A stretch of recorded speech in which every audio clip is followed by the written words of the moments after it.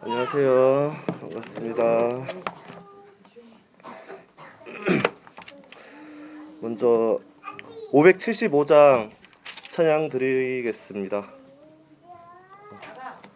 네, 575장 찬양 드리겠습니다.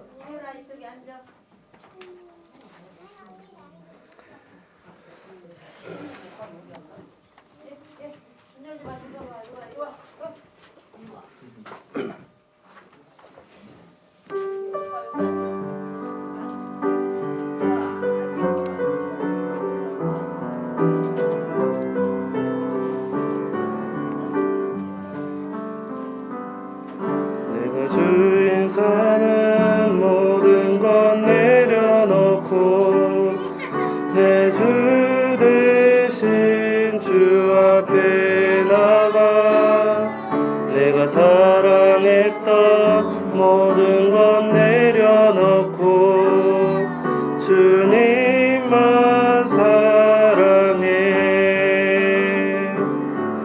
내가 주인 삼은 모든 것 내려놓고 내 주 대신 주 앞에 나와 내가 사랑했던 모든 것 내려놓고 주님만 사랑해. 주 사랑 거친 풍랑에도 깊은 바다처럼 나를 잠잠케 해. 주 사랑 내 영혼의 반석 주 사랑 위에 서리. 오늘 안성교회에서 이제 이원식 형제님이랑 박성경 자매님 교회 예배 참석해 주시고 이렇게 말씀 시간까지 있는데 환영 박수 드리겠습니다.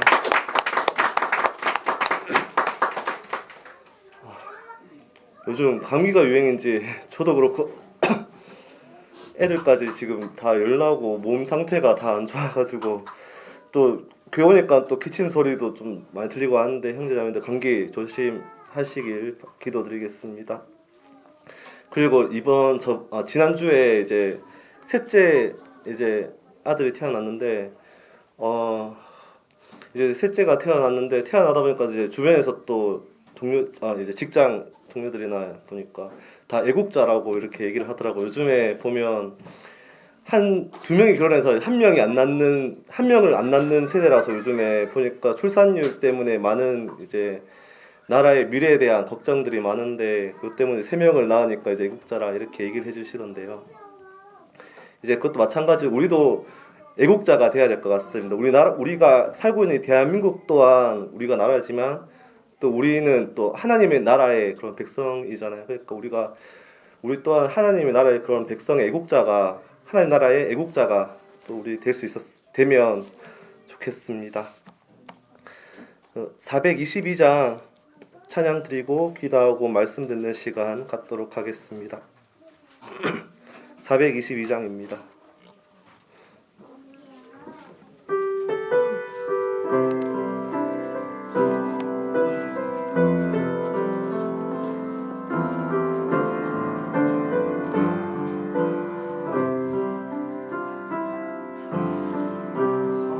사랑하는 나의 아버지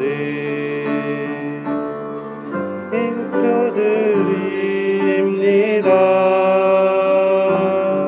주의 나라 찬양 속에 임하시니 능력에 주께 찬송하네. 전능하신 하나님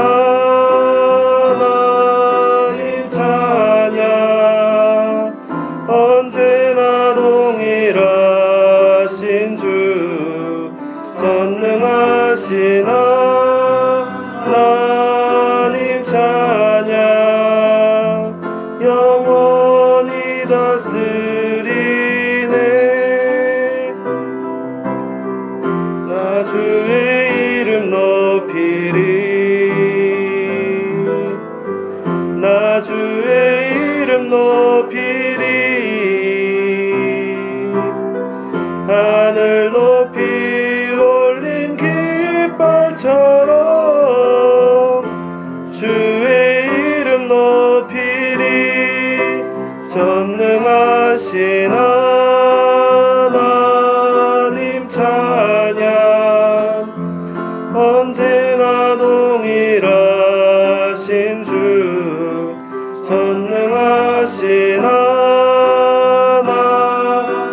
찬양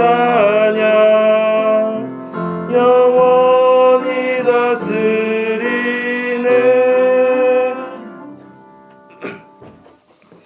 감사드리겠습니다. 하나님 아버지, 오늘 또 이렇게 은혜날을 허락하셔서 또 주일에 교회에 모이게 해 주심에 감사드립니다.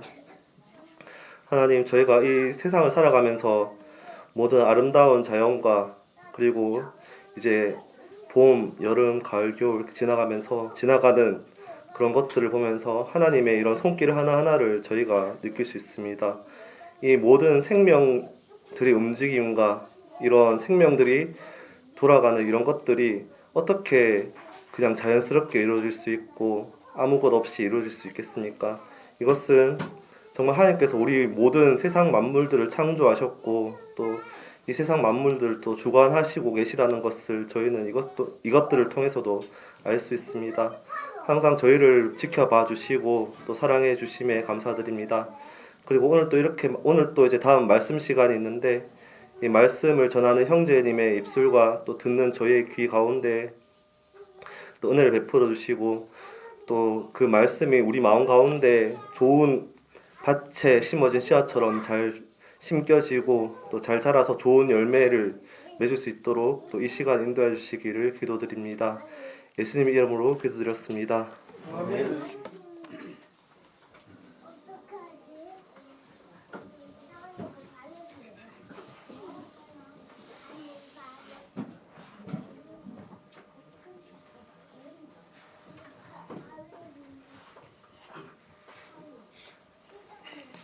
안녕하세요.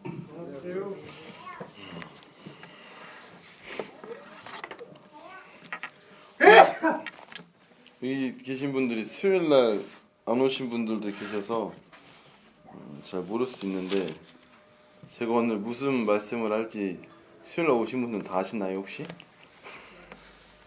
알고 계세요? 한교연자 가끔 이런 질문을 하더라고요. 그래서 제가 왔습니다. 네, 오늘은 사사기에서 이제 삼손을 통해서 좀 말씀을 보기 원하는데요.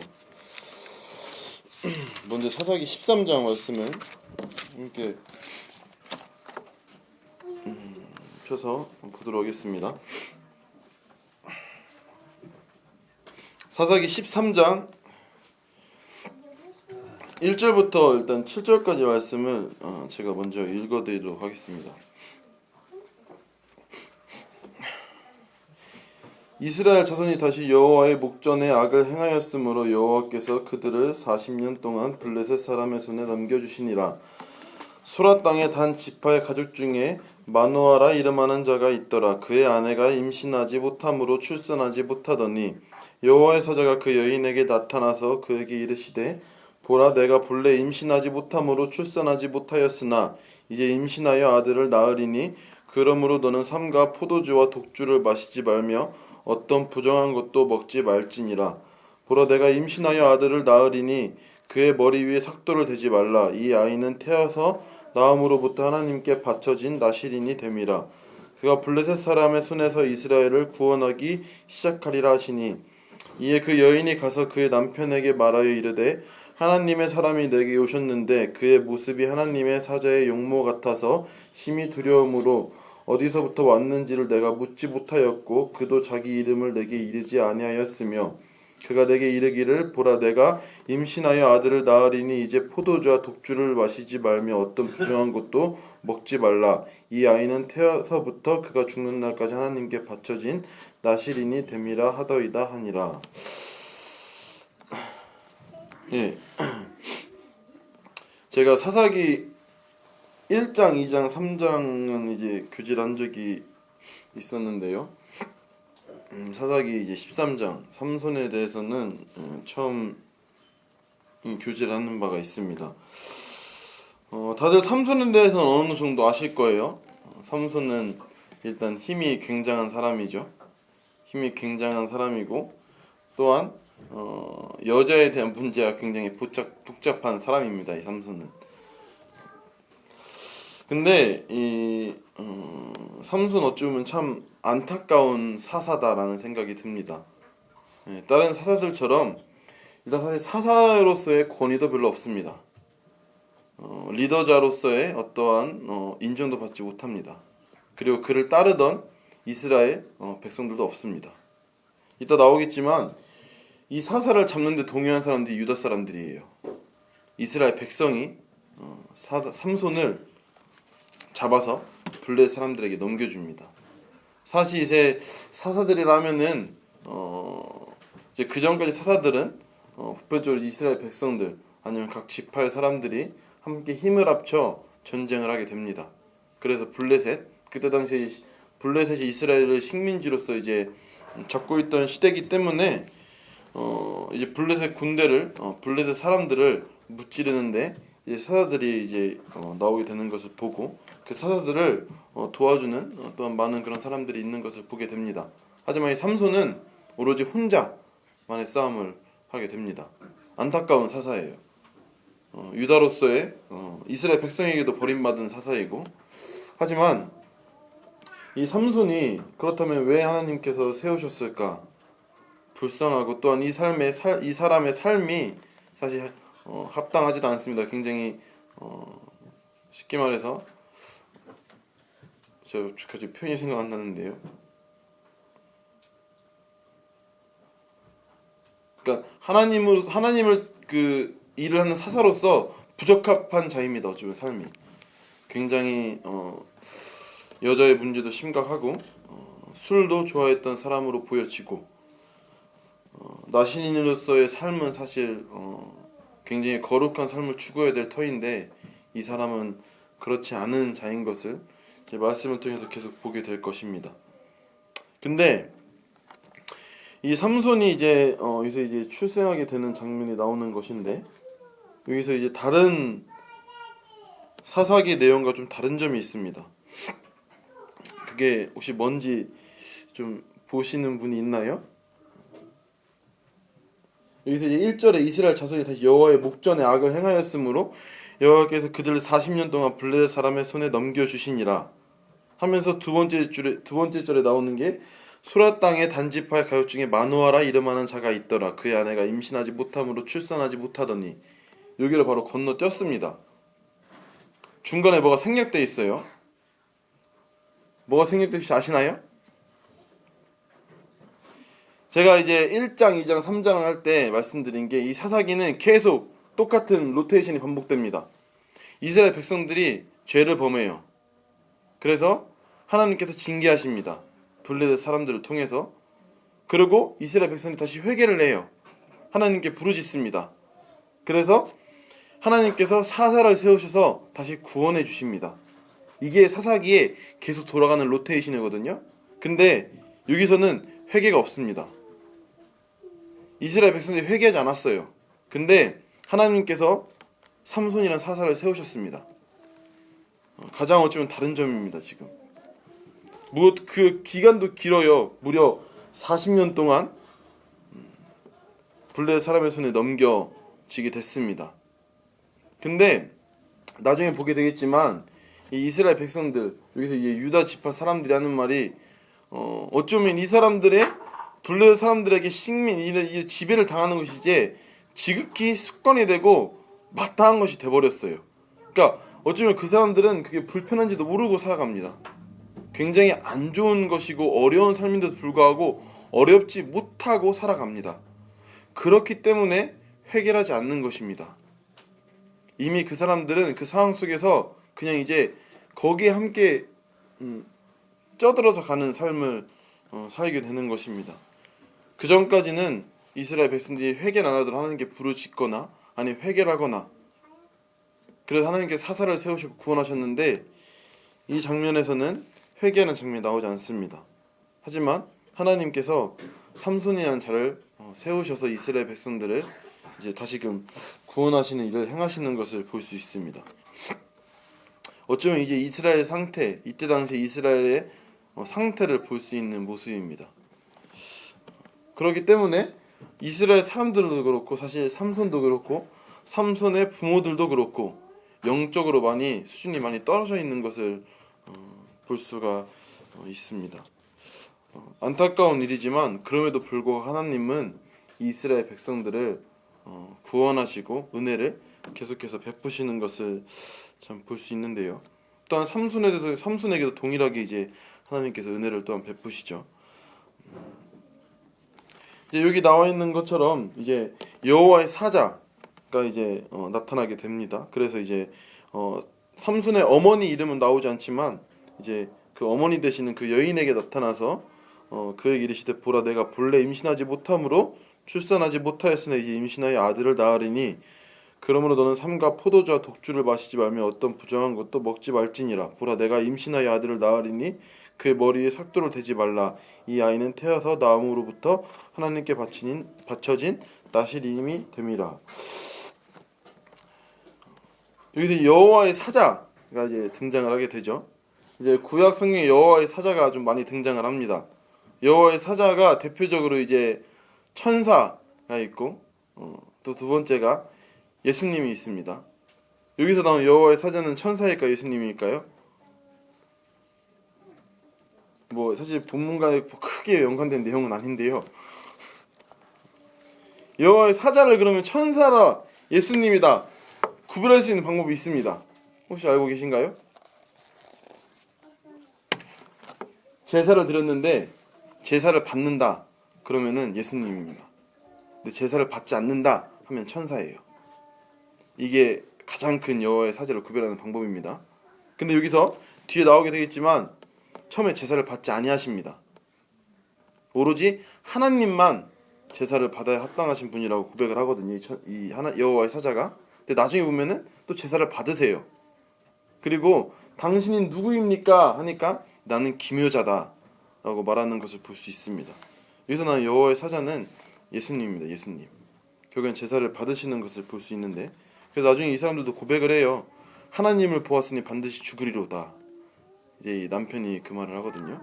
이제 그 내용은 좀 더 나중에 보게 될 텐데 또 여호와의 사자가 이제 사실 본론으로 들어와서 여호와의 사자가 이제 그 여인에게 나타나게 됐고 그 여인에게 삼손은 어떻게 키워야 되는지 말을 해줍니다. 4절에서 5절 아까 제가 방금 읽었던 말씀처럼 일단 포도주와 독주를 마시지 말며 어떤 부정한 것도 먹지 말지니라. 그리고 머리 위에 삭도를 대지 말라.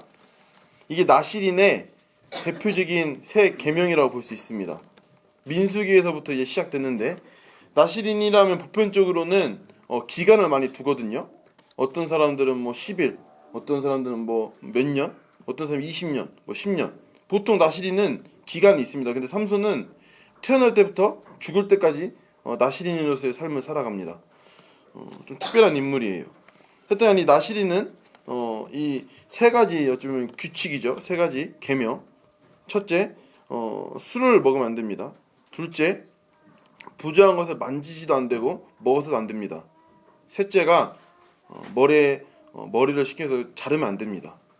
이거는 삼손뿐만 아니라 모든 나실인에게 해당되는 말씀입니다. 성경에 대표적으로 나온 나실인이 사무엘 나실인이거든요. 그리고 삼손, 그리고 세례 요한 대표적인 나실인들입니다. 그 사람들은 모두 다 이 계명을 지켜야 돼요.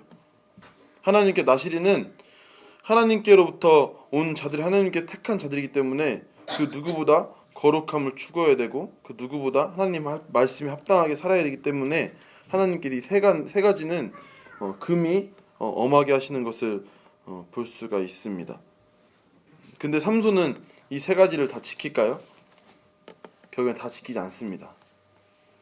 이제 계속해서 이제 그 내용을 보게 될 텐데, 근데 이제 제가 아까 말했잖아요. 이 부모들조차도 영적인 상태가 좋지 못했던 것 같다라고 말씀을 드렸습니다. 그래서 이제 아내가 7절에 보는 것처럼 6절에서 보는 것처럼 하나님의 사자의 용모 같아서 심히 두려움으로 어디서부터 왔는지를 내가 묻지 못하였고 그도 자기 이름을 내게 이르지 아니하였으며 7절에 그가 내게 이르기를 보라 내가 임신하여 아들을 낳으리니 이제 포도주와 독주를 마시지 말며 어떠한 부정한 것도 먹지 말라. 이 아이는 태어서부터 그가 죽는 날까지 하나님께 바쳐진 나실인이 됨이라 하더이다 하니라. 이제 이 얘기를 이제 남편에게 해요. 남편 마누아에게 하게 됩니다. 아내가 여호와의 사자가 아내에게 등장을 했고 이 등장에서 받은 내용들을 남편에게 가서 말을 해줍니다. 근데 이 8절에 보시면은 마노아가 여호와께 기도하여 이르되 주여 구하옵나니 주께서 보내셨던 하나님의 사람을 우리에게 다시 오게 하사 우리가 그 날 아이에게 어떻게 행할지 우리에게 가르치게 하소서.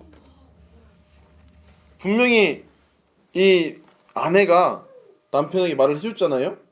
어떻게 길러야 될 것을, 그리고 아들이 어떤 자이고 어떻게 키워야 될 것을 분명히 말해줍니다. 근데 이 남편이 뭐 부부관계가 안 좋은 건지 아니면 뭐 귀담아 듣지 않는 건지 정확히 모르겠지만 다시 한번 여호와께 기도를 합니다. 그리고 여호와의 하나님의 사자의 용모 같다고 이제 아내는 표현했는데, 여기서는 이 남편은 하나님의 사람을 우리에게 다시 보내달라고 합니다. 하나님의 사람을. 그러니까 이 마노아는 제사 드릴 때까지도 계속 사람이라고 생각을 합니다. 하나님께서 보내준 사람, 천사도 아니고 뭐 하나님도 아니고 사람이라고 생각을 합니다. 사람을 다시 보내달라고 해요. 근데 그러면 하나님께서 처음에는 이제 아내에게 나타났으니까 두 번째는 남편에게 나타나면 되잖아요. 근데 또 아내에게 나타납니다. 또 아내에게 나타나요. 그래서 이제 그 아내가 이제 급히 이제 달려서 남편을 부르게 되죠. 일로 오세요, 일로 오세요. 전일에 내게 오셨던 그 사람이 내게도 나타났습니다. 그래서 마노아가 일어나서 아내에게 그 이제 하나님의 사자에게 가는 것을 이제 뒤에 내용에서 볼 수가 있습니다. 그리고 이제 다시 한번 이제 하나님의 사자가 이제 마노아에게 직접적으로 어떻게 해야 되는지를 말씀해 주시는데, 15절 말씀을 보시면은 마노아가 여호와의 사자에게 말하되 구하옵나니 당신은 우리에게 머물러서 우리가 당신을 위하여 새끼 하나를 준비하게 하소서 하니 여호와의 사자가 마노아에게 이르되 네가 비록 나를 머물게 하나 내가 내 음식을 먹지 아니하리라. 번제를 준비하려거든 마땅히 여호와께 드릴지니라 하니 이는 그가 여호와의 사자인 줄을 마노아가 알지 못함이었더라. 마노아가 또 여호와의 사자에게 말하되 당신의 이름이 무엇이니까 당신의 말씀이 이루어질 때 우리가 당신을 존귀 여기리라 하니 여호와의 사자가 그에게 이르되 어찌하여 내 이름을 묻느냐 내 이름은 기묘자라 하니라. 이에 마노아가 염소 새끼와 소재물을 가져다가 바위 위에서 여호와께 드림에 이적이 일어난지라. 마노아와 그의 아내가 본즉 불꽃이 제단에서부터 하늘로 올라가는 동시에 여호와의 사자가 제단 불꽃에 휩싸여 올라간지라. 마노아와 그의 아내가 그것을 보고 그들 얼굴을 땅에 대고 엎드리니라. 여호와의 사자가 마노아와 그의 아내에게 다시 나타나지 아니하니 마노아가 그제야 그가 여호와의 사자인 줄 알고 그 아내에게 이르되 우리가 하나님을 보았으니 반드시 죽으리로다 하니 그 아내가 그에게 이르되 여호와께서 우리를 죽이려 하셨더라면 우리 손에서 번제와 수제를 받지 아니하셨을 것이요 이 모든 일을 보이지 아니하셨을 것이며 이제 이런 말씀도 우리에게 이르지 아니하셨으리이다 하였더라. 이제 마노아가 이제 여호와의 사자에게 어떻게 우리가 아이에게 행할지를 다시 한번 가르침을 받고 나서 이제 여호와의 사자를 앞에 두고 이제 제사를 드리고 음식을 같이 먹자 하는 모습을 볼 수 있습니다. 그러면서 그래서 당신이라고 표현하잖아요. 그러면서 이제 하나님께서 아까 제가 말씀드린 대로 하나님께서 자신에게 제사를 드리는 것이 아닌 여호와께 제사를 드리라고 하는 것을 볼 수가 있습니다. 왜 이 여호와의 사자 예수님이라고 제가 말씀을 드렸는데 왜 자신이 하나님이신데 자신한테 제사를 드리지 말라고 했을까요?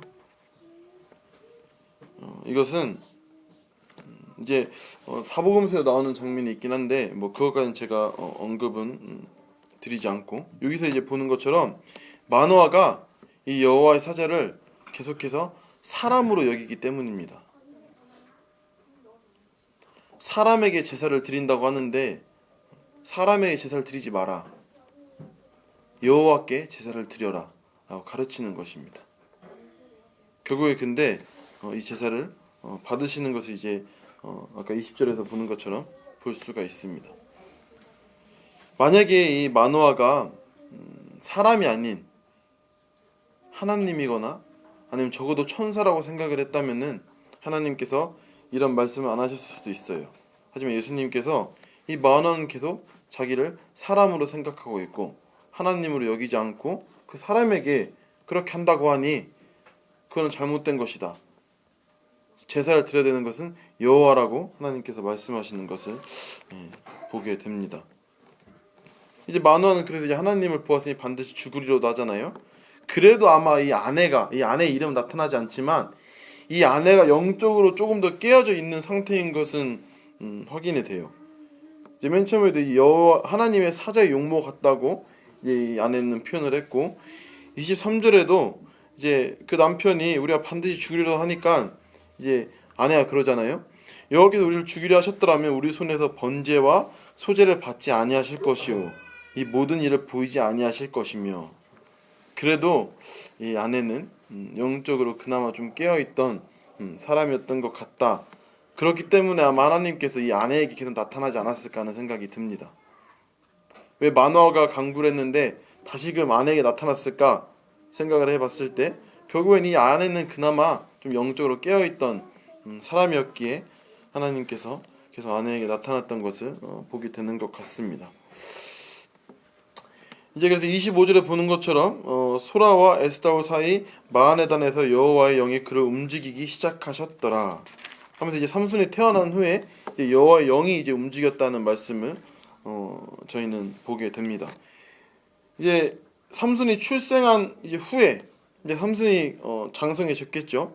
그래서 이제 14절부터 이제 14장부터 이제 본격적으로 이제 삼손이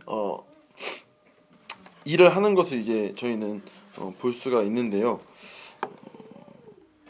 이제 여기서부터 근데 이제 계속해서 여자와의 문제가 생기는 것을 볼 수가 있습니다. 먼저 1절부터 14장 1절부터 4절까지의 말씀을 제가 먼저 읽어드리겠습니다.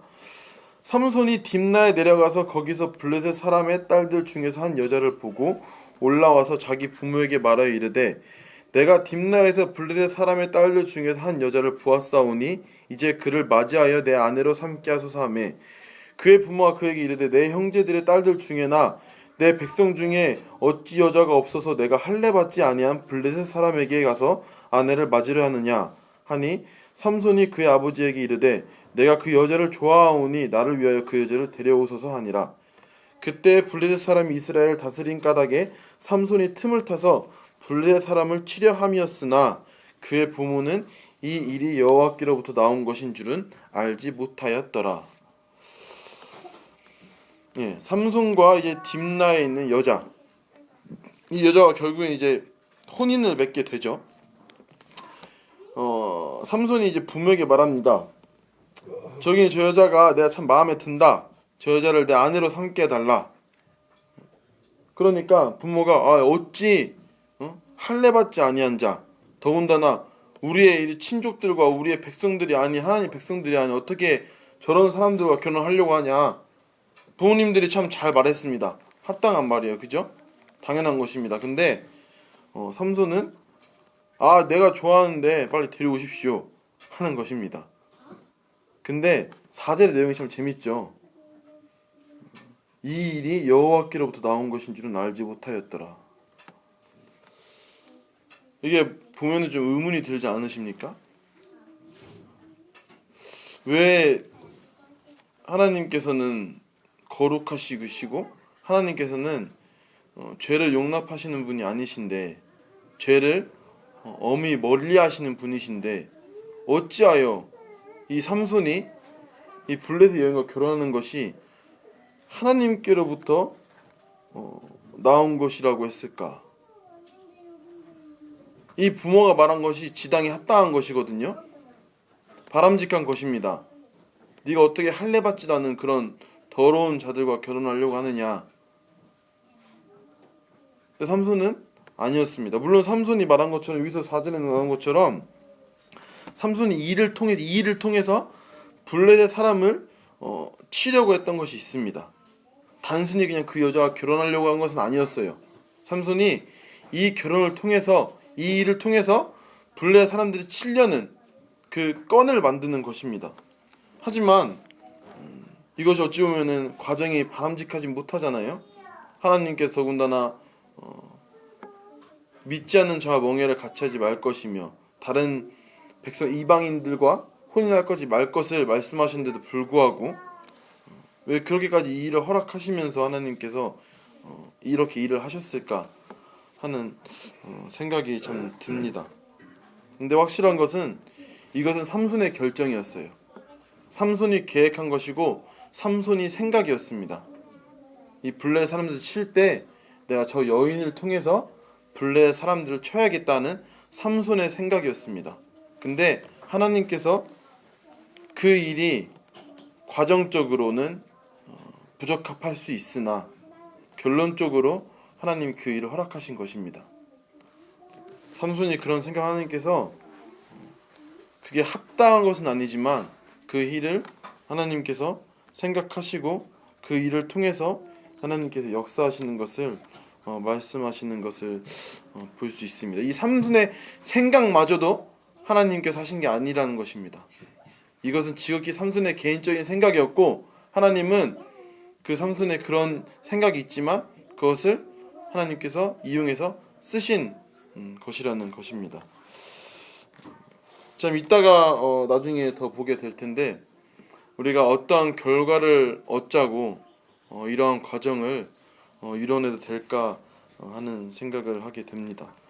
만약에 삼손이 여기서 자기의 생각대로가 아닌 하나님께 어떻게 해서 제가 블레 사람들을 칠까요?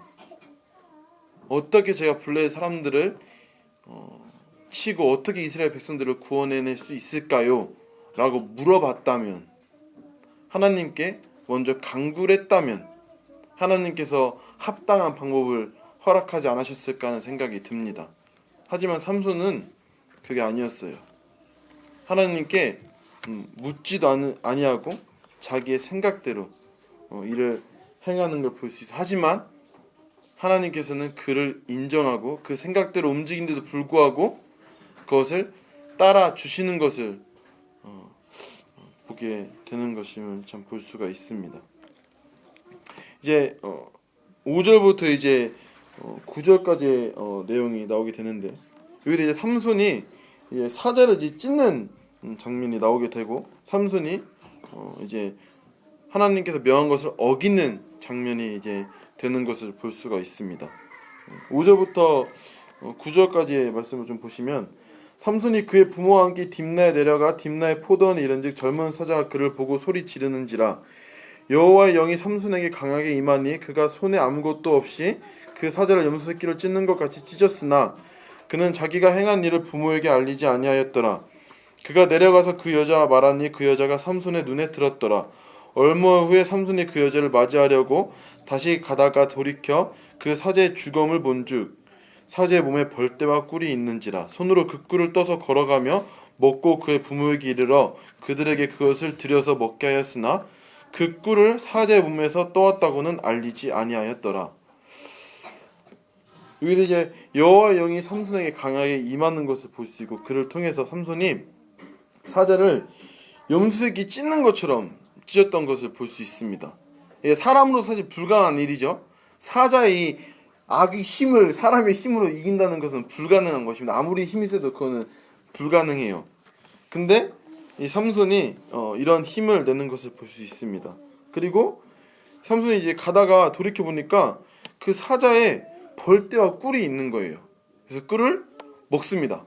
먹으니까 맛이 너무 좋은 거예요. 그래서 부모님한테도 갖다 주는 걸 지금 볼 수 있잖아요. 이게 처음으로 이제 처음은 아닐 수도 있겠죠. 근데 일단 말씀에서 보면은 어쩌면 처음으로 이제 하나님의 말씀을 어긴 내용이 됩니다. 뭘 어겼죠? 사자의 주검을 본즉 사자의 몸에 벌떼와 꿀이 있는지라. 그래서 꿀을 먹었어요. 뭘 어겼을까요? 시체. 네. 하나님께서는 부정한 것을 만지지 말라고 했습니다. 먹지도 말라고 했어요. 썩은 시체는 부정한 것입니다.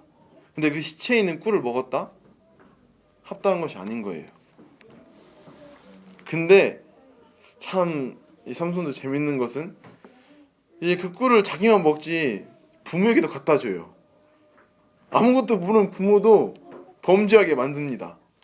근데 참 재밌는 내용이 사제 부모에서 떠왔다고는 알리지 아니하였더라는 것을 볼 수 있어요.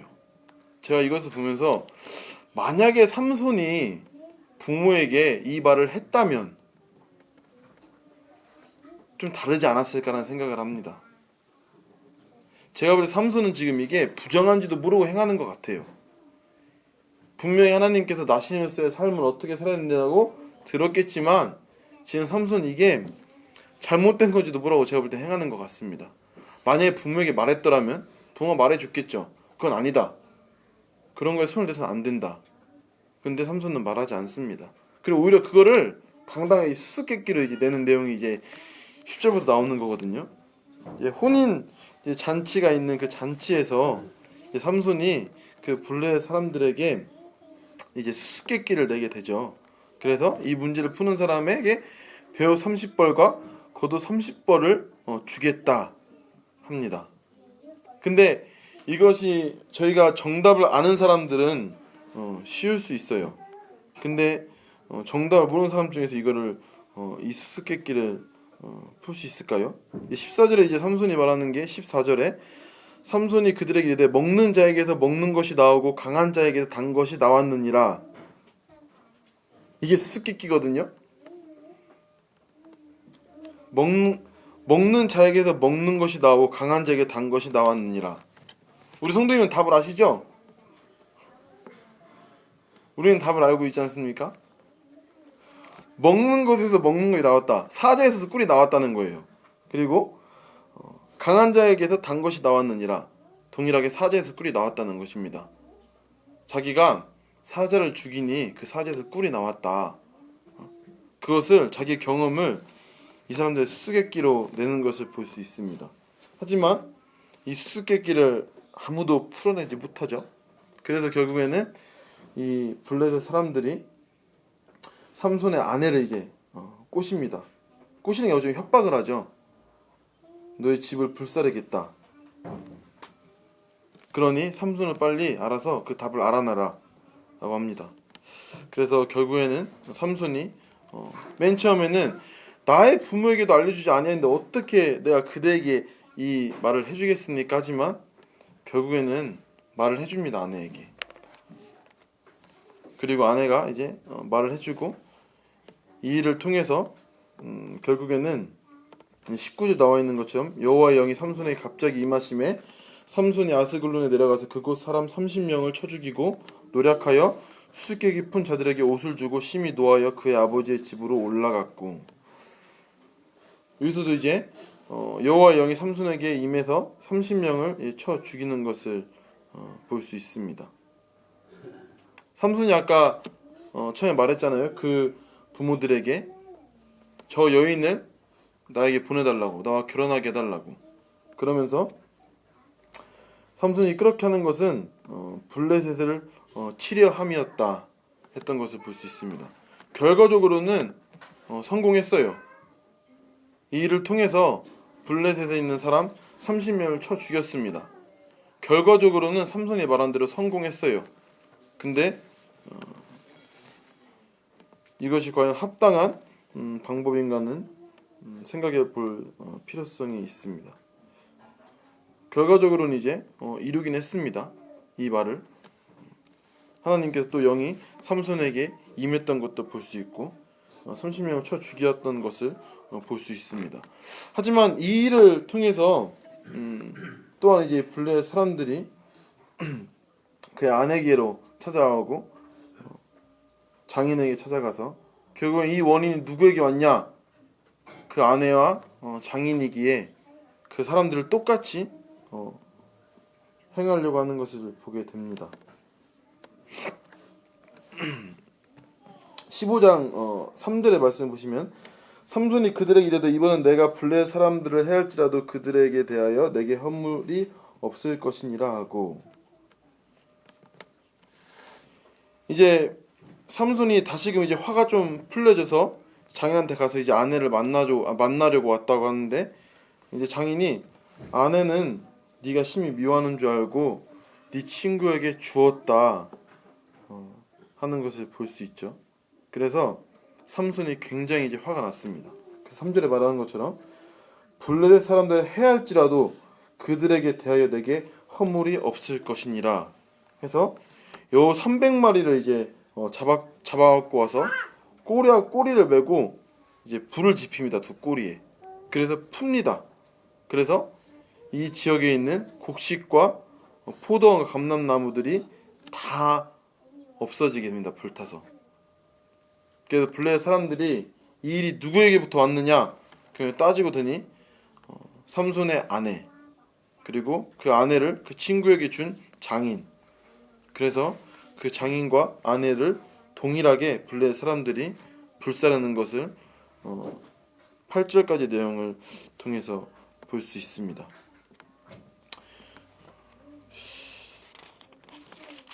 참 삼손이 계속해서 이제 이렇게 이제 블레셋 사람들에게 이제 어쩌면 이제 피해를 끼치고 블레셋 사람들 치른 일을 감당하고 있는 것을 볼 수가 있습니다. 하지만 아까 말했던 대로 삼손은 나신일수로 지켜야 될 그 모습들을 지키지 못했어요. 시체를 만지게 되었고 부정한 것에 나온 것을 먹었고, 하나님께서는 분명히 이 삼손의 부모들에게 말씀하였고 부모는 분명히 삼손에게 말씀했을 것입니다. 근데 삼손은 이것을 가볍게 여기는 것을 보게 됩니다. 또한 이제 두 번째 이제 또 보게 되는데 이제 14절부터 20절까지 내용입니다. 15장 14절부터 20절까지 내용인데 삼손이 레이의 이름에 블레셋 사람들이 그에게로 마주 나가며 소리 지를 때 여호와의 영이 삼손에게 갑자기 임하심에 그의 팔 위에 밧줄이 불탄 삼과 같이 그의 결박되었던 손에서 떨어진지라. 삼손이 나귀의 새 턱뼈를 보고 손을 내밀어 집어들고 그것으로 1000명을 죽이고 이르되 나귀의 턱뼈로 한 더미 두 더미를 쌓았으며 나귀의 턱뼈로 내가 1000명을 죽였도다 하니라. 네, 블레셋 사람들이 이제 다시 유다에게 이스라엘 백성들에게 갑니다. 이제 앞전에 있는 내용이 그 내용이거든요. 그래서 이제 유다 사람들이 이 삼손에게 가요. 그래서 삼손을 유다 사람들이 잡습니다. 근데 삼손과 약속을 해요. 삼손이 나는 당신들 손에 죽임을 당하고 싶지 않다. 유다 사람도 나도 우리들도 당신을 해하지 않겠다 해서 이제 결박을 하게 되는 것입니다. 14절에 지금 나와 있는 것처럼 삼손의 여호와의 영이 삼손에 갑자기 임하심에 그의 팔 위에 밧줄이 불탄 삼과 같이 그의 결박됐던 손에서 떨어진지라. 삼손이 결박됐다고 나오잖아요. 이스라엘 백성 사람들이 삼손을 잡았습니다. 블레셋 사람들이 이스라엘 사람들 가니까 이스라엘 사람들이 그 삼손을 그 블레셋 사람한테 바치려고 쉽게 말하면 향한 것이에요. 근데 삼손은 힘이 굉장히 강한 자이기에 이 밧줄 정도야 문제가 안 됐습니다. 그래서 꼭 불탄 삼과 같이 그의 결박된 손에서 떨어졌다 하는 것을 볼 수 있습니다. 굉장히 쉽게 그 묶여있던 밧줄을 끊었다 하는 것입니다. 그리고 나서 이제 삼손이 나귀의 새 턱뼈를 보고 손을 내밀어 집어들고 그것으로 1000명을 죽였던 모습이 이제 나오게 되잖아요. 여기서 또 두 번째 삼손이 하나님의 계명을 어기게 됩니다. 이것도 뭔지 아시겠나요? 이것도 동일해요. 죽은 시체를 손댄 것입니다. 나귀의 턱뼈라고 나오잖아요. 나귀의 턱뼈를 살아있는 나귀의 턱뼈를 뺐을까요? 죽은 시체에 있는 턱뼈를 뺀 거예요. 그래서 지나가다가 보니까 새 턱뼈를 보고 손을 내밀어 집어들고 그 1000명을 죽인 것입니다.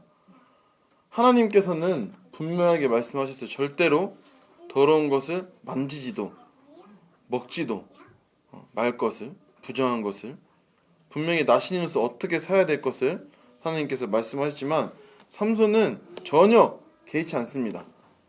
그 자기가 죽은 사자에서 나온 꿀도 아무렇지 않게 먹고 부모에게 갖다 주고, 여기서도 동일하게 죽은 시체에 손대는 것이 아무 거리낌이 없습니다. 나귀의 턱뼈로 16절에 보는 거죠. 나귀의 턱뼈를 한 더미 두 더미를 쌓았으며 나귀의 턱뼈로 내가 1000명을 죽였도다 하니라. 그가 말을 마치고 턱뼈를 자기 손에서 내던지고 그곳을 라맛 레이라 이름하였더라. 오히려 삼손은 굉장히 지금 자랑스럽습니다. 자기가 이 나귀의 턱뼈로 이 1000명을 무찔렀다. 굉장히 당당하고 굉장히 자랑스러워해요. 부정한 것을 만졌다는 생각은 하지도 못하고 굉장히 지금 기고만장해져 있습니다. 그리고 나서 삼손이 하나님께 그러죠.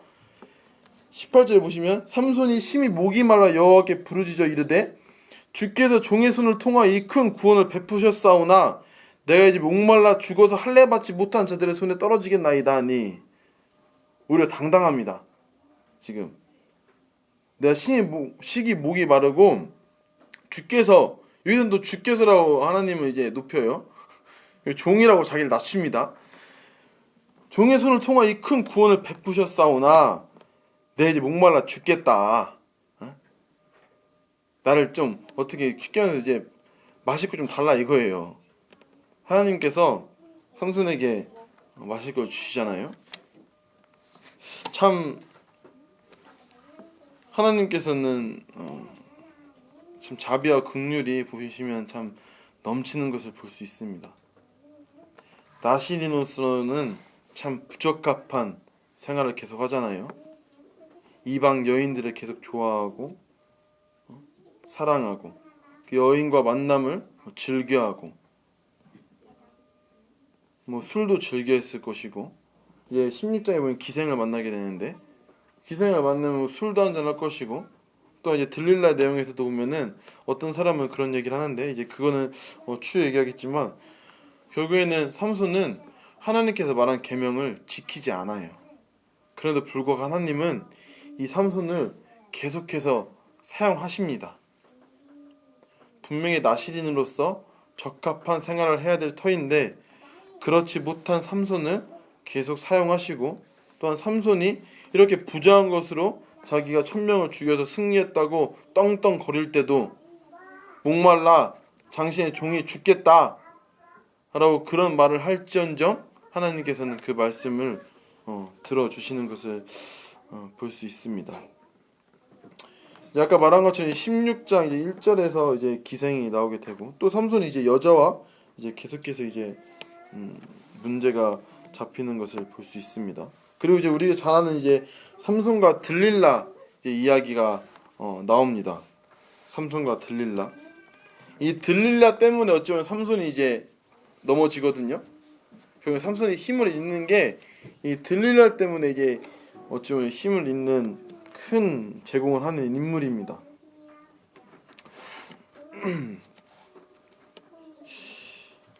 이제 4절부터 이제 22절까지 내용이 들릴라에 관계된 내용인데 이제 4절에 먼저 말씀을 좀 보시면 이에 삼손이 소래 골짜기에 들릴라 이름하는 여인을 사랑하며 블레 사람의 방백들이 그 여인에게 올라가서 그에게 이르되 삼손을 깨워서 무엇으로 말미암아 그 큰 힘이 생기는지 그리고 우리가 어떻게 하면 능히 그를 결박하여 굴복하게 할 수 있을는지 알아보라. 그리하면 우리가 각각 은 1100개씩을 내게 주리라 하니. 삼손이 들릴라를 사랑하는 것을 알고 이 블레 사람들이 그 들릴라에 가서 돈으로 시켜서 꼬시는 거죠. 알아내라. 그러면은 우리가 은 1100개씩을 내게 주리라. 각각 은 1100개씩을. 그래서 들릴라가 계속 삼손에게 꼬드기는 장면이 뒤에부터 나오는 것임을 볼 수가 있는데 여기서 뭐 이렇다라고까지 말할 수는 없지만 그러한 것처럼 이제 보이는 내용들을 제가 좀 말하고 싶은 것이 있는데요. 처음엔 이제 8절에 보면은 블레 사람의 방백들이 마르지 아니한 새 활줄 7을 여인에게로 가져오매 그가 그것으로 삼손을 결박하고 이미 사람을 방 안에 매복시켰으므로 삼손에게 말하되 삼손이여 블레 사람들이 당신에게 들이닥쳤느니라 하니 삼손이 그 줄들을 끈기를 불탄 삼시를 끊음같이 하였고 그의 힘이 근원은 알아내지 못하니라. 들릴라가 삼손에게 말하는 거예요. 어떻게 당신 힘은 어디서 납니까? 그러니까 삼손이 새 활줄 1급으로 나를 묶어라. 그럼 내가 힘이 없을 것이다. 하지만 삼손이 그렇나요? 그렇지 않죠. 그래서 여기서 9절에 나온 것처럼 이 활줄을 끊는 것을 불탄 삼시를 끊음같이 하였다고 나오거든요. 불탄 삼실. 불탄 삼실은 끊는 것이 어렵나요? 그냥 바람만 좀 날려도 이게 후 다 날아갈 거예요. 불탄 삼실이기 때문에. 그만큼 끊기가 쉽다는 것입니다. 이 삼손이 이 결박된 걸 끊는데 그만큼 쉽게 말해서 힘도 안 들었다는 거예요. 근데 이제 두 번째 또 들릴라가 삼손에게 이제 말하니, 내 거짓말을 하면서 당신이 나를 이제 조롱한다, 희롱한다 하는 것을 이제 보게 되는데, 그러면서 이제 또 11절부터 이제 11절까지 내용을 잠시 보시면, 삼손이 그에게 이르되 많이 쓰지 아니한 새 밧줄들로 나를 결박하면 내가 약해져서 다른 사람과 같으리라 하니라.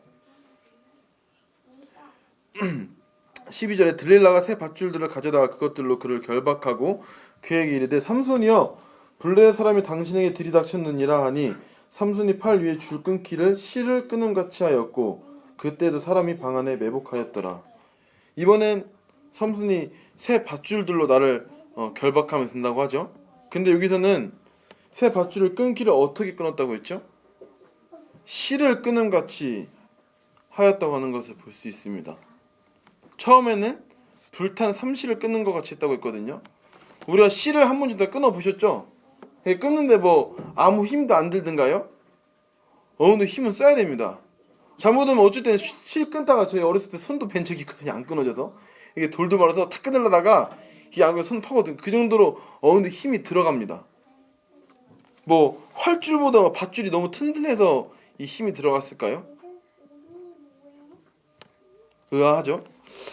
이제 세 번째, 또 들릴라가 이제 삼손에게 이것도 의미 없는 거고 또 당신이 날 조롱한다, 당신이 날 사랑하지 않는다 하면서 또 삼손이 이제 꼬드기니까, 삼손이 이번에는 굉장히 어쩌면 큰 힌트 같은 이런 실수를 하는 것을 볼 수가 있는데, 이제 13절부터 보시면은, 들릴라가 삼손에게 이르되 당신이 이때까지 나를 희롱하여 내게 거짓말을 하였도다. 내가 무엇으로 당신을 결박할 수 있었는지 내게 말하라 하니, 삼손이 그에게 이르되 그대가 만일 나의 머리털 7가닥을 배틀에 날실에 섞어 짜면 되리라 하는지라. 들릴라가 바디로 그 머리털을 단단히 짜고 그에게 이르되 삼손이여 블레의 사람들이 당신에게 들이닥쳤느니라 하니, 삼손이 잠을 깨어 배틀의 바디와 날실을 다 빼내니라. 이제 삼손이 이제 머리털을 이제 같이 날실에 섞어 짜면 된다고 했어요. 그러니까 이번에는 그 날실 다 끝나요? 다 빼내죠. 왜 빼냈을까요? 왜 이번엔 끊지 않고, 좀 힘을 많이 써도 끊어야 될 텐데 왜 빼냈을까요? 아유, 주영이가 정답 말했습니다. 머리카락이 잘릴까봐 그런 거예요. 삼손이 그래도 하나님께서 나신이로서 세 가지 계명을 말했잖아요. 술을 먹지 말 것, 부정한 것을 만지지 말 것, 세 번째가 머리에 삭도를 대지 말 것이었습니다. 근데 그래도 지금까지는 이거를 지키려는 모습을 보는 거예요. 끊을 수도 있겠지만 다 빼냅니다. 왜냐? 머리카락 연결돼 있으니까 이걸 함부로 할 수 없는 거예요. 자기가 힘의 그 이유가 머리카락이라고 삼손은 생각한 바가 있기에 이렇게 행동한 것을 볼 수 있습니다. 어찌 보면은 만약에 들릴라가 좀만 더 현명하고 좀만 더 똑똑했던 사람이라면은 굳이 네 번째 삼손을 꼬드기지 않았어도, 삼손 보니까 이 머리를 연결하니까 좀 힘을 못 쓰는 것 같은데 말할 수도 있었을 거예요. 그 정도로 요즘에 큰 힌트를 준 것입니다. 근데 다시 한번 이제 결국엔 물어보고 삼손이 이제 다 말해주게 되죠. 자기 비밀을. 우리 성도님들에게 이제 제가 이제 지금까지 내용을 보면서 이제 생각됐을 때, 삼손이 힘이 센 이유가, 삼손은 머리카락이 있다고 했거든요. 그죠? 우리 성도님들 그렇게 생각하시나요 혹시? 삼손이 실제로 머리를 잘리니까 힘이 없어졌습니다. 그 내용이 이제 뒤에 나와요. 뭐 제가 지금 시간이 별로 없어서 다 말하지 못하겠고, 삼손이 머리카락이 잘린 다음에 이제 힘이 없어집니다. 그리고 그렇기 때문에 결국에는 삼손이 눈을 뽑히고 블레 사람들에게 고통을 받게 되죠. 근데 22절에 보면은 그의 머리털이 밀린 후에 다시 자라기 시작하니라 합니다. 이 22절이 삼손이 마지막으로 이제 그 블레 사람들을 그 집에서 다 무찌르기 전 내용이거든요. 다시 머리가 자르기 시작했다. 그리고 삼손이 하나님께 기도하고 그 기둥을 다 밀쳐버립니다. 삼손이 실제적으로 머리를 잘랐을 때 힘을 잃었어요. 그러면 삼손의 힘의 비결은 머리에 있을까요? 우리한테 어떻게 생각하고 있었나요? 삼손의 힘의 비결은 머리에 있었다고 생각하시는 분 있나요 혹시? 저는 뭐 그렇게 생각했던 적도 있습니다. 저는 또 그렇게 들어준 적도 있고 뭐 사실 어디서 이제 뭐 동화나 뭐 그런 언급을 봤을 때도 삼손의 힘이 굉장히 머리카락에 부각된 것처럼 나오는 경우가 많잖아요. 근데 실제적으로 삼손은 그렇게 고백을 합니다. 자기의 힘의 비결은 머리카락이다. 근데 진짜 힘의 비결이 머리카락일까요? 어떻게 생각하시나요? 아 이거 뭐 정답은 없을 수 있습니다. 정답을 뭐다라고 정확히 말할 수는 없지만 삼손은 그렇게 말했습니다. 내 힘의 근원은 머리카락이다. 우리 성도님들도 그렇게 생각할지 다르게 생각할지 모르겠어요. 근데 삼손의 힘은 머리카락이라고 저는 생각하지 않습니다. 그거는 삼손 스스로가 정한 기준이에요. 하나님께서 나시린의 3가지 계명을 말할 때 머리에는 삭도를 대지 말라고 했잖아요. 그거는 모든 나시린이 지켜야 할 계명입니다. 삼손만 지켜야 될 계명이 아니고 모든 나시린이 지켜야 할 계명이에요. 머리를 자르면 안 됩니다. 나시린들은 태생부터가. 근데 거기서 하나님께서 머리를 자르면은 너는 힘을 잃을 것이다 라고 말하나요? 그런 말은 단 한마디도 안 하십니다. 너의 힘의 근원이 머리다라고 말하시나요? 안 합니다. 근데 삼손은 왜 그렇게 생각했을지 모르겠어요. 만약에 삼손이 내가 지금까지 부정한 것을 계속 만졌는데도 불구하고 하나님께 나에게 힘을 주시는구나, 내가 머리만 안 건드리면 되나 보다, 이렇게 깨달았는지도 모르겠습니다. 제일 하나님께서 삼손에게 힘을 주신 것은 머리카락도 아닌, 계속해서 나오고 있었거든요. 내용이 여호와의 영이 그와 함께했다고 계속 나옵니다.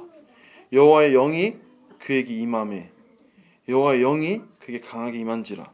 삼손이 힘을 계속 쓸 때마다 처음 여호와의 영이 그를 움직이기 시작했다는 게 이제 13장 25절의 말씀이거든요. 그리고 두 번째 이제 사자를 잡을 때 여호와의 영이 감하게 임하니 라고 내용이 나옵니다. 그리고 14장 19절에도 이제 30명을 죽일 때 여호와의 영이 임했다고 나오고요. 그리고 15장 14절에서 이제 20절, 아까 방금 좀 전에 했던 내용에서도 여호와의 영이 그에게 임했을 때 그가 밧줄을 힘없이 끊게 되고 1000명을 무찌르는 모습을 볼 수 있습니다. 핵심은 여호와의 영이 임한 것이거든요. 그리고 이따가 아니고 20절에 나오지만 여호와께서 이미 자기를 떠나신 줄을 깨닫지 못하였더라. 삼손이 7가닥의 머리카락이 잘린 후에 여호와의 영이 떠났습니다. 근데 삼손은 그때까지도 떠나신 줄을 깨닫지 못했다고 나오고 있습니다. 삼손은 자신의 힘이 머리카락에 있다고 생각을 했어요. 바람직한 생각인가요? 삼손의 힘은 당연히 하나님께로부터 와야 하는 것입니다. 우리 다윗이 골리앗을 무너뜨리고 다윗이 많은 전쟁에 승리했을 때 다윗은 자기가 승리할 수 있는 원인이 뭐였죠? 하나님이었어요. 전쟁은 하나님께 속한 것이다.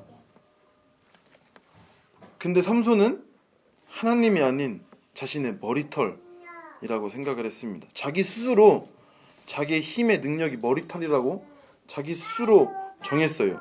근데 참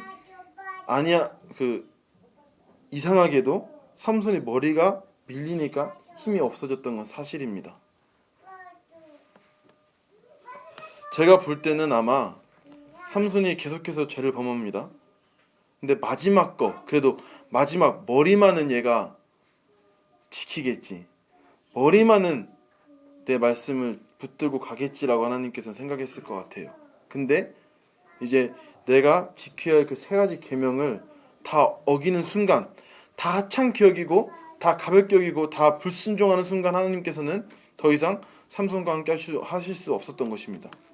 사실 정상적이라면은 나시린이 한-두 가지만 그렇게 하나님께서 그 사람을 안 쓰실 수도 있고 그 사람이 떠날 수 있어요. 하지만 삼손은 정말 지금까지 봐왔잖아요. 정말 합당하지 않은 삶, 부정한 삶, 그렇게 살았어도 하나님께서는 이 사람을 통해서 계속 역사하셨습니다. 근데 삼손이 마지막 자신이 하지 말아야 할 것, 머리에 삭도를 대지 말아야 할 것인데도 불구하고 그 말을 했기 때문에 하나님께서는 너가 마지막 것까지 이제 다 말하는구나.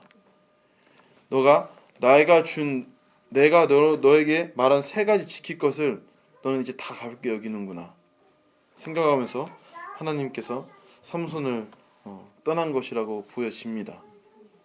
삼손이 단순히 머리카락에 힘이 있었기 때문에 머리카락을 잘랐을 때 힘이 없어진 게 아니에요.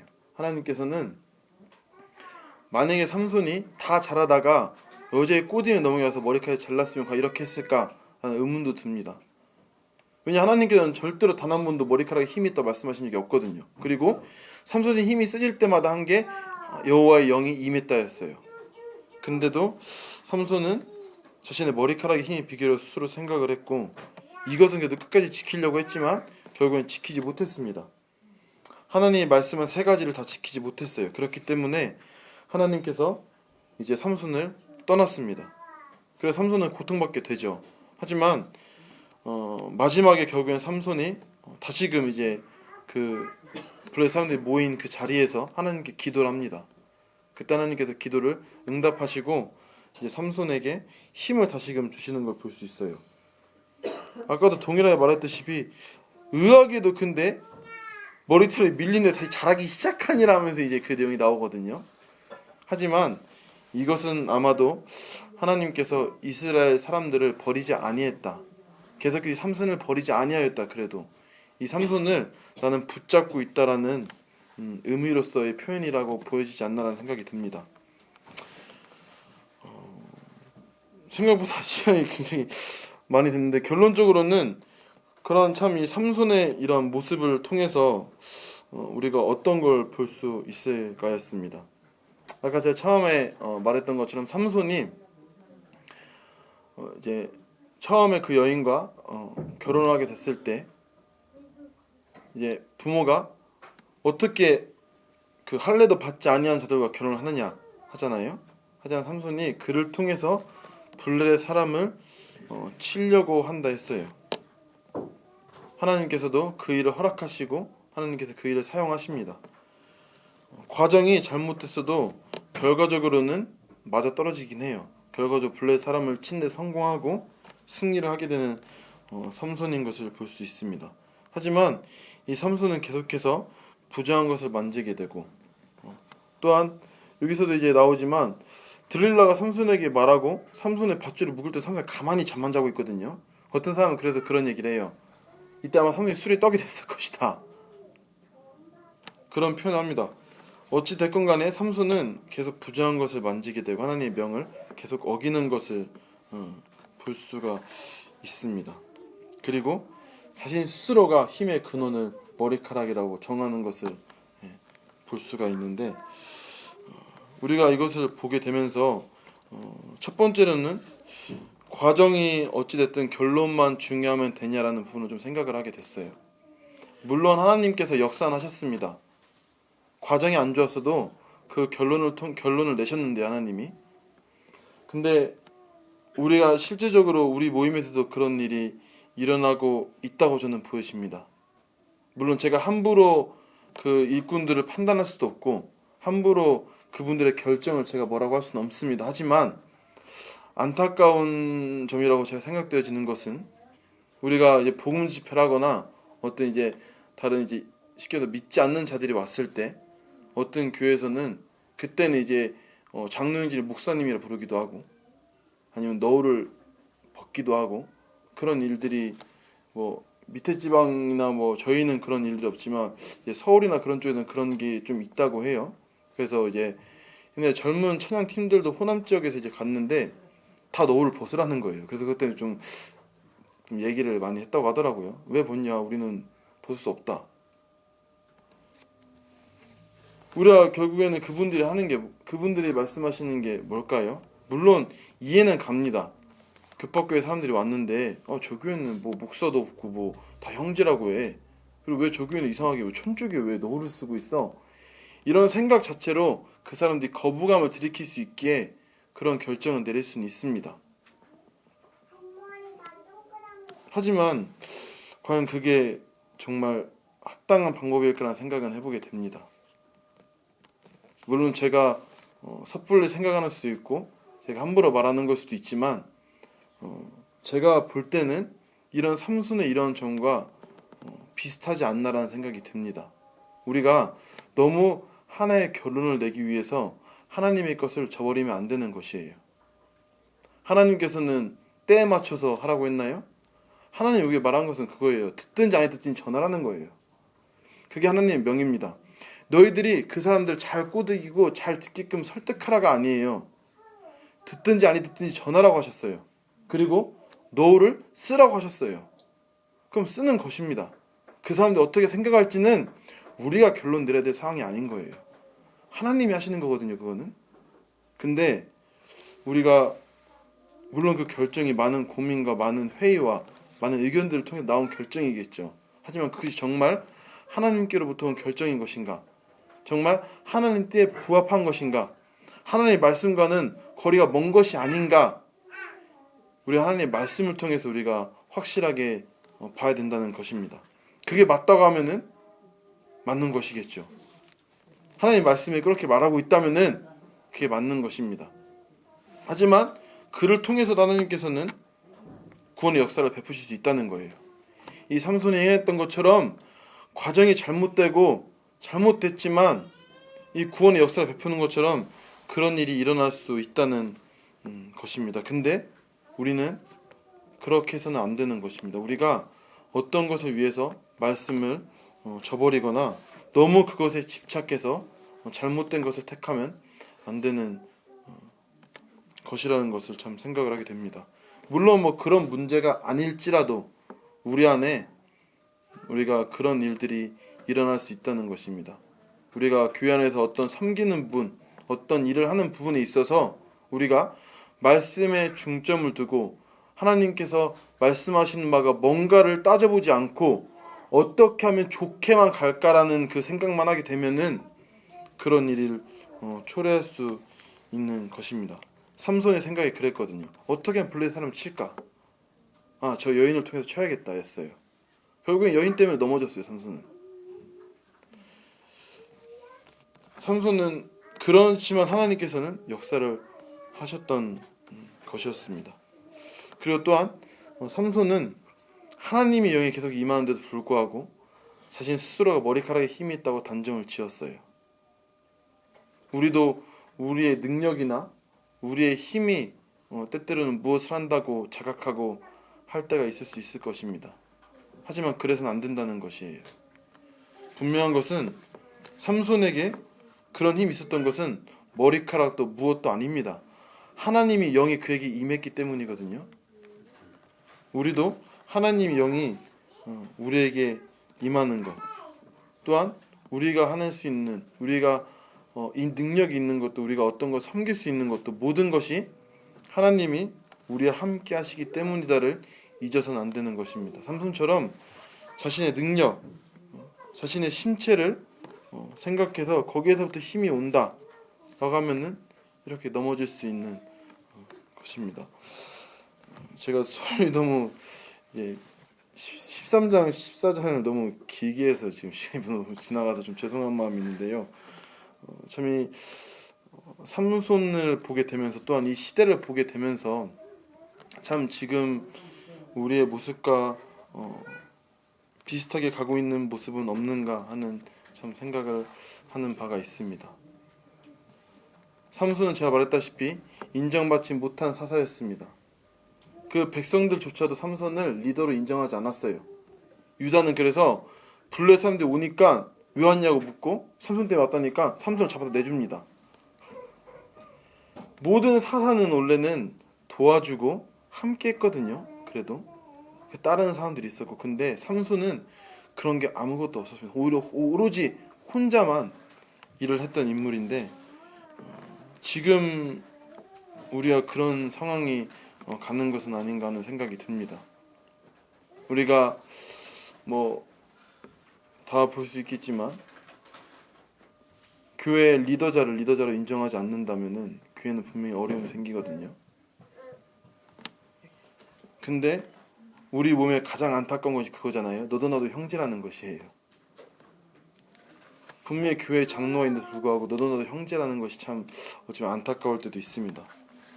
그런 것처럼 참 우리가 지금 이 시점에서 이 3주년 사안 처한 그리고 이 사사기 시대를 봤을 때 참 개인적이고 안타까운 하나님과 멀리 떨어져서 이 유다 백성들이 하나님 이스라엘 구원하는 줄도 모르고 삼손을 내쳤던 것처럼 하나님께서 우리에게 은혜를 베푸시는 것도 모르고 그렇게 살아갔던 것처럼 우리도 지금 얼마나 하나님과 가까이 하고 있는가, 우리는 얼마나 하나님의 능력을 구하고 우리는 얼마나 하나님의 역사를 바라고 있는가. 지금처럼 우리가 하나님께서 우리를 계속 생각하시고 우리를 통해 역사하게 원하시는데 우리가 그냥 내 개인적인 사생활과 내 개인적인 삶에 빠져서 이런 것들은 다 젖혀주고 잊혀주고 살아가는 것은 아닌가 하는 생각이 듭니다. 시간 너무 많이 사용했는데요. 죄송한 말씀을 드리고요. 이상으로 말씀 마치겠습니다. 감사합니다.